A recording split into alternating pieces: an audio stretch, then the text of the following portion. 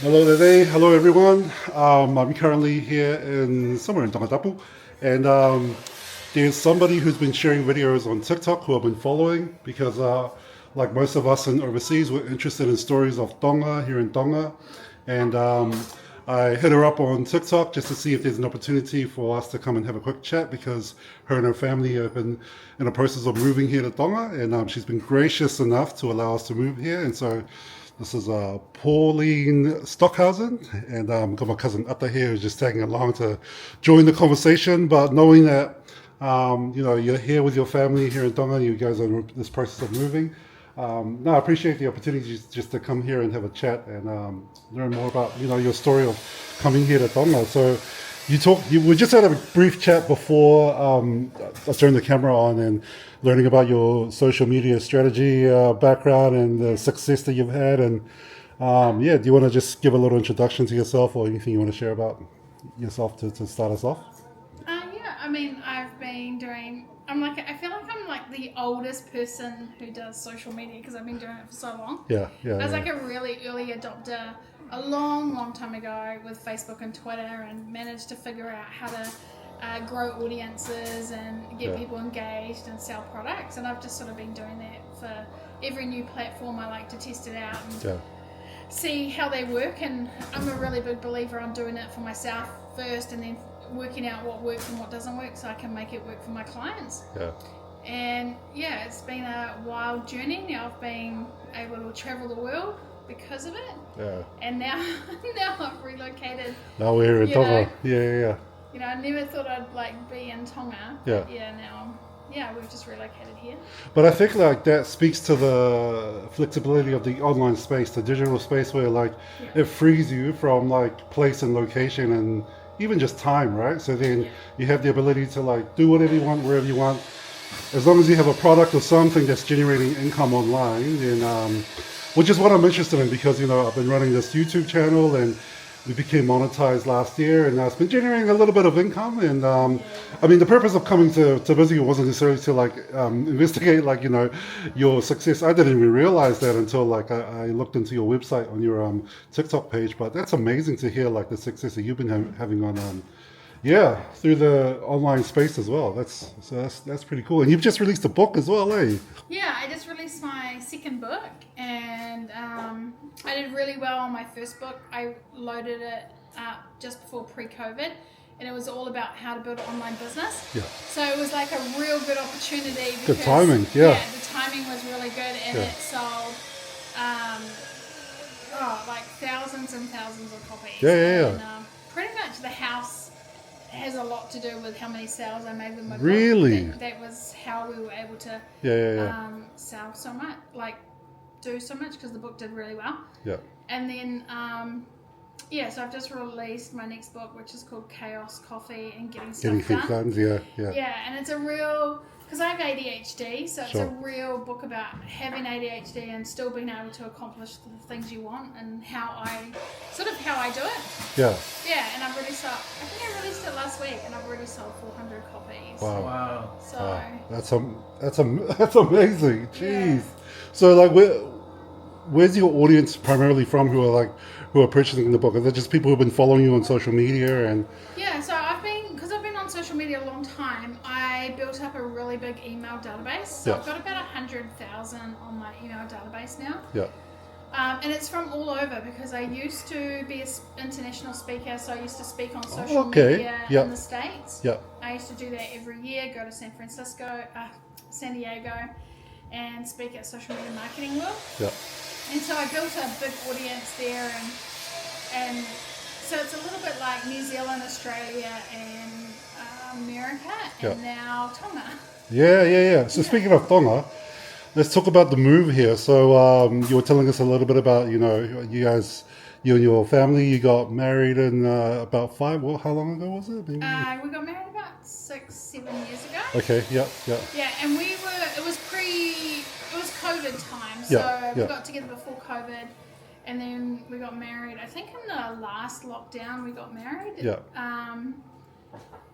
Yeah. And we were planning to buy a house. So Here in Tonga? No, in New Zealand. Oh, okay, so how okay. it all came about is we were going to buy a house, and then the market shifted dramatically when the first lockdown happened. Like it just went right. Yes, that's right. We got into the millions, and I was just like, I don't want to spend that much money. Yeah. And then we sort of had conversations about what could we do. It's it's COVID. A little litter of puppies over there making noise.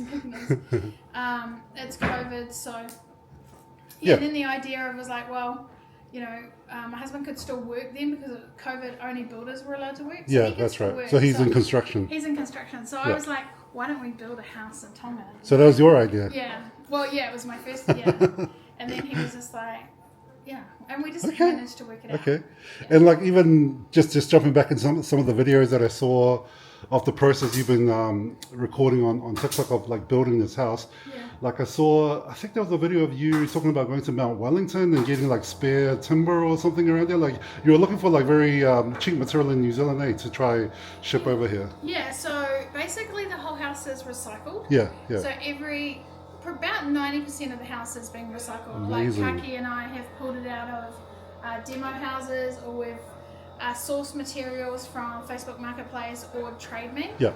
So we've spent so many hours at night just looking for things. We'd have lots of lists of what we needed, and we just sourced them. And, Kaki's in demo, so for him it was a lot easier to just like pick and choose what we wanted. Yeah. And then it was a case of, okay, well, let's start sending it over. Yeah. And pre-COVID, sending over containers was really quite reasonable. It was like 3.2. Yeah. And now they're up to like 6.2. Wow. So okay. It's a lot more to send now. But yeah. So you can hear all the construction happening, and there's a whole lot of work being done in the background. How much do you think of the house is done at the moment? Because it looks pretty much in shape at the moment with a few like bits and pieces there. Like it's livable, so right? There's a lot of finishing that needs to be done. So I mean, it's up. Yeah, and it's, livable. It's livable, totally livable. Yeah. We're just working on the garage. Okay. And then Somewhere the boys outside. will move into the back and build a fence. Yeah. And then they're putting a roof on the back deck here. Yeah.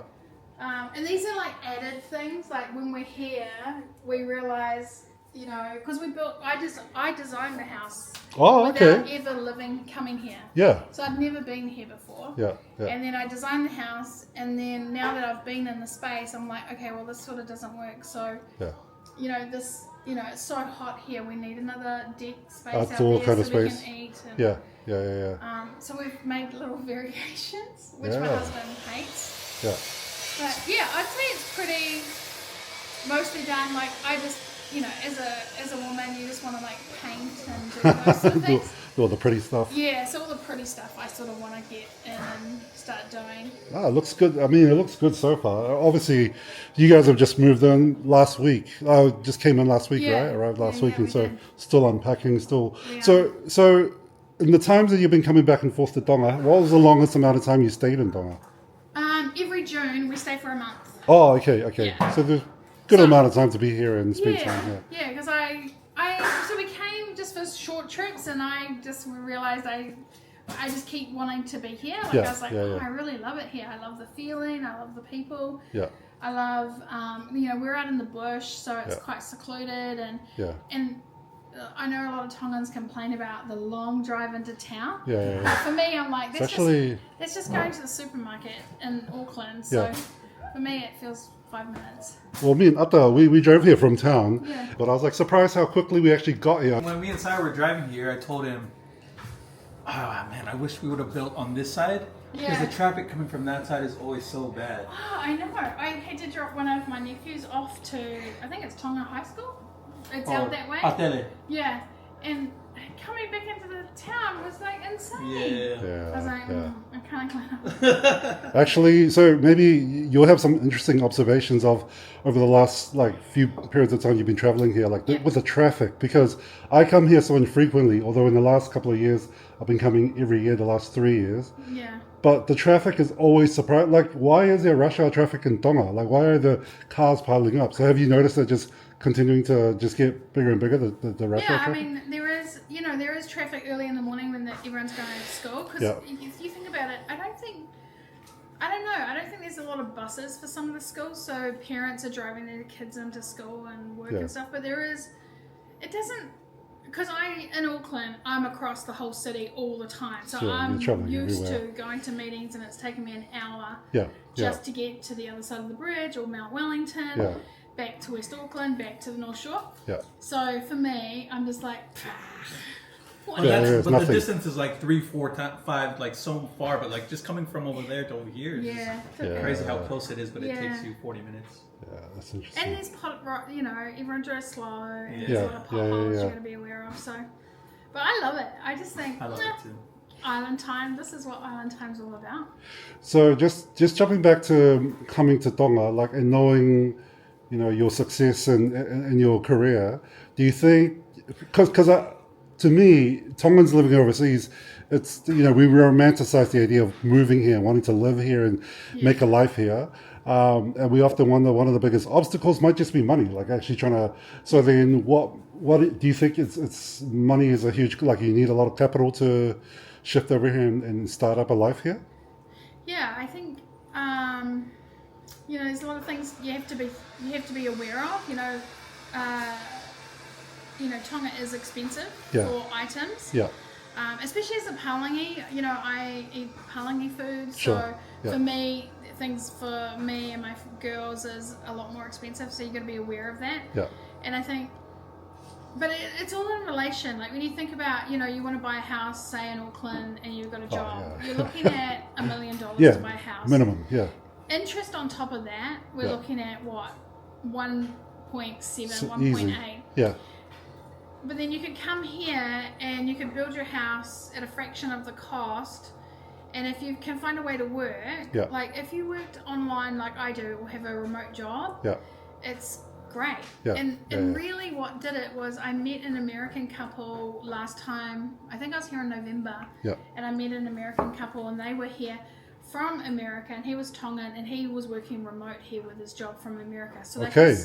they Yeah. could save enough money to buy a house back there. Yeah. But the fact that he could do it, and so I was watching him and talking to them, like, how was the internet? How did okay, it work? yeah, And then that in my mind was like, okay, I could That's it, it's possibly possible. do it. yeah, And then over the last few years, I've been training my team of me being away. So Yeah. I work a lot from home, and Yeah. then I was here, Yeah. and it was fine. yeah, So then I was like, okay. And then a few of my friends who do the same thing as me, they travel all around the world, and Wow. they work remotely, and Right. their jobs are in Australia, yeah, but they're in Vietnam. yeah, So they're working remotely. So I was like, well, why could I do it? yeah, yeah, yeah, And so I just started to work out what I'd need, Yeah. and you'd need Starlink for starters. That's the only way. Yeah. You need a generator, Yeah. because if Starlink goes down, and that's your, you need to keep the generator going, Yeah. So I was thinking about things like that. Yeah. And then once I realized I could possibly do that, then I was like, we're going. yeah, yeah, yeah, yeah. Yeah. So So you then- do need a bit of money to think about those sort of things. Yeah. So then, thinking about having an online presence, whether it's social media or like digital products, e-commerce or whatever it is, it's easier to think about that in a place like New Zealand, Australia or whatever. And thinking about someone in Tonga wanting to do something like that, do you think that's possible? I mean, you've described the need for Starlink and having access to the internet and constantly being, available to be connected online. But do you think someone here could start like an e-commerce business, or I don't know, something similar to what you've done, or like try attract brand deals or something like that through social I media? think we're talking with some of my friends here who are sort of influencers who are starting to test that out now. Yeah, yeah, I think Tonga is like maybe 5 years behind. They're in the early stages of understanding about social media Yeah. and how they can use it for their businesses to Yeah. bring more people in. yeah, And I think with TikTok, a lot of influencers are coming here to spend time with their families and like yourself, Yeah. videoing, and they can see the opportunities of this brings a lot of people to see the business, like Yeah. coffee shops and stuff like that. yeah, yeah, So I definitely think there is room. I think it's a little bit, internet needs to be, you need to have really good internet. Yeah. And you really need to take the businesses along the journey with you so they can understand Right. Yeah. that, to get more people to see your products and stuff, you need to do content to, Yeah. and an easy way to do that is to have influencers come in. Just come visit. Yeah. Yeah, come visit. Yeah. And so there's a bit of education there that I think still needs to happen. Yeah. Yeah. But if you're someone like me who flies back and forward from the country, you can do brand deals. Like, you could do brand deals if you were coming to move here and you pre-thought about it. Yeah. With, there's a massive DIY market at the moment. People doing up their own houses with their own products. And if you're shipping products over from New Zealand and your audience is their right audience, then it makes sense for them to go, okay, well, we could donate the paint, we could, donate, tools that you need. Are you talking about like a New Zealand business that you might reach out to? Yeah, a New Zealand business to tap into the Pacific Island community. So can you give an example? So would it be like, let's run with the example you're giving. Let's say you're moving to Tonga and you need to take care of the logistics. Could it be that you just reach out to someone from Mitre 10, for example, and just see, this is my audience? Yeah. How easy would it be to like have someone that you could contact in a large company like that? Yeah, you've just got to keep trying. A lot of people say, "Oh, I emailed once." That's not you've got to really hustle to do it. And it's not hard to get in to find the right person in the right company. You've got LinkedIn that basically lists everyone who's in the company, so you can sort of work out who the marketing person is or who the owner of the company is. So you can go through those routes. But the key is you've got to have a really good story to tell. You can't just be like, I'm an influencer. There are people who are influencers for influencers' sake.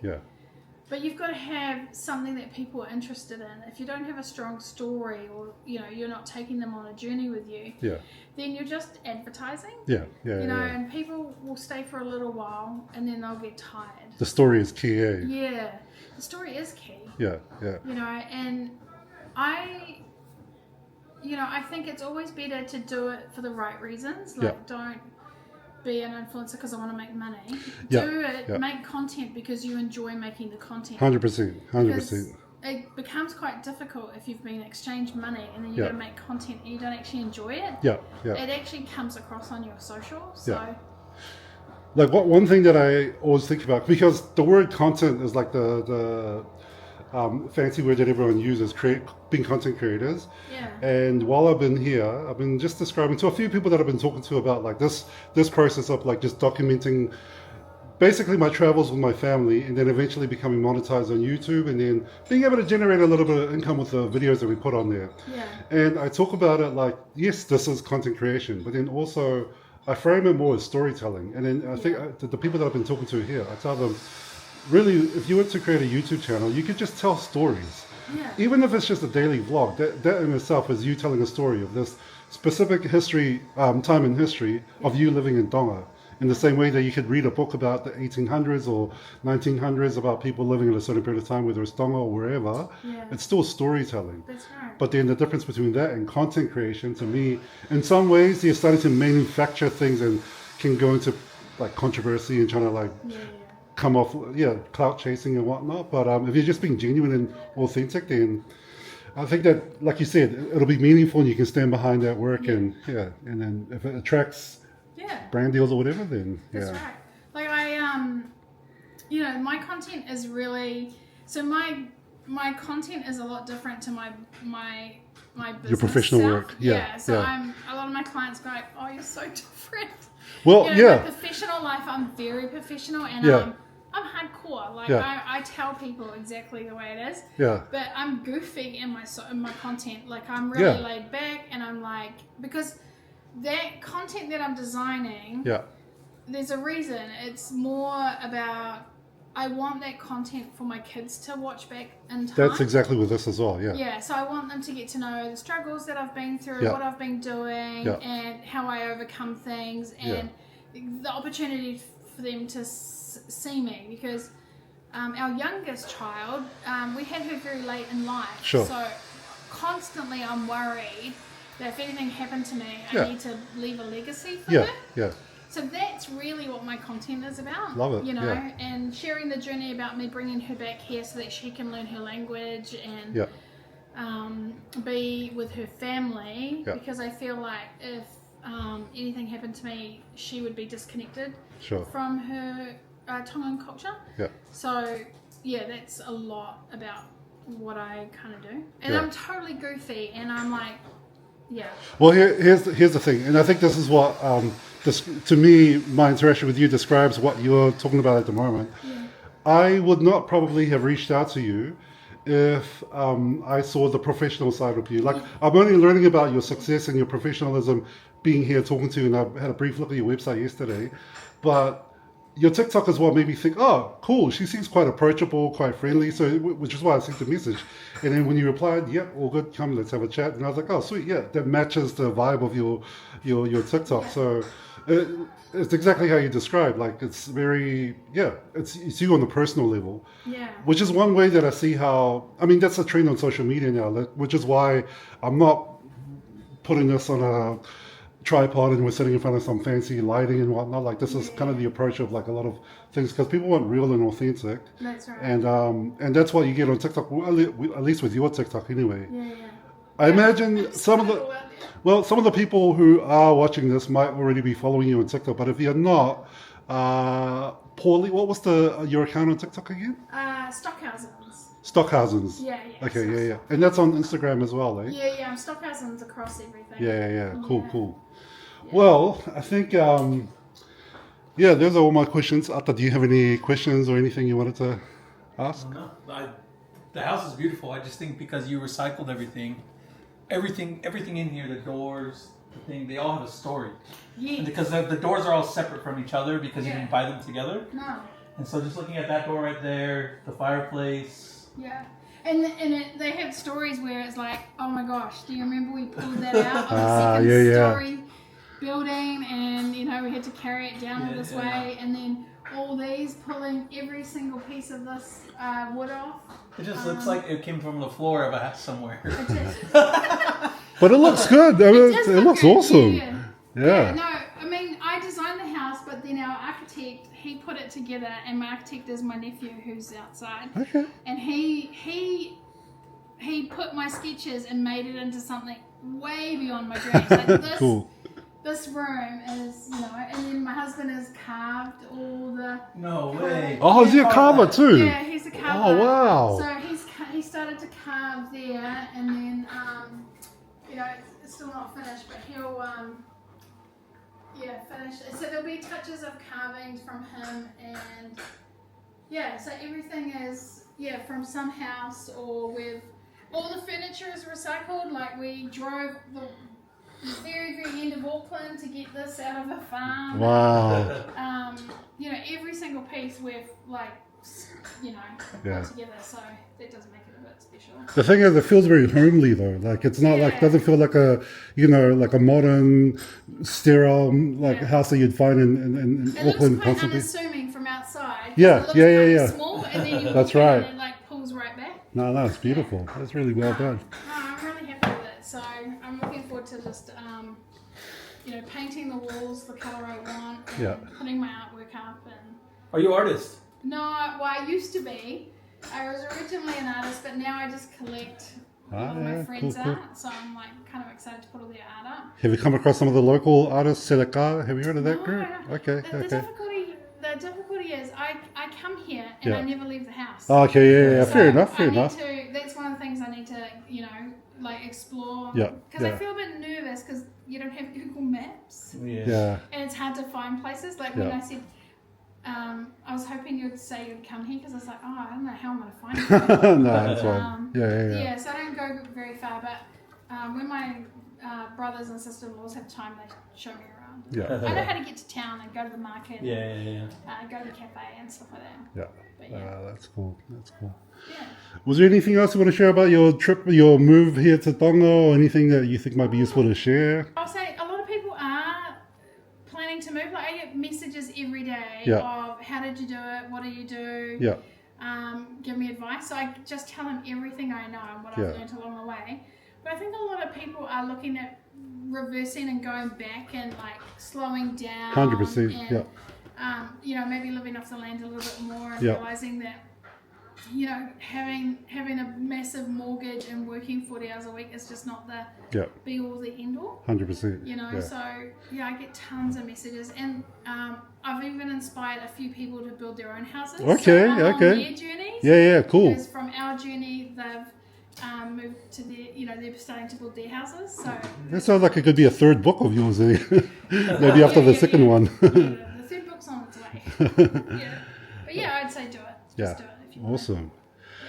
Cool. Awesome. Well, that's our time here with Pauline Stockhausen. Thank you very much for your time and your generosity and having us here in your house. And if you aren't following her on social media, Stockhausen's on Yep. everything, and get her book at the moment. What's the current It's book? called Chaos, Coffee, and Getting Stuff Done. Yeah. My guide for the ambitiously exhausted. And where can people find? I mean, if they So find if you. you go to my profile, it's in my stand store, so you Yeah. can just download it. It's an ebook, so you can just download it and get Awesome. it yourself. Yeah. All right. Thanks again, Pauline. Welcome.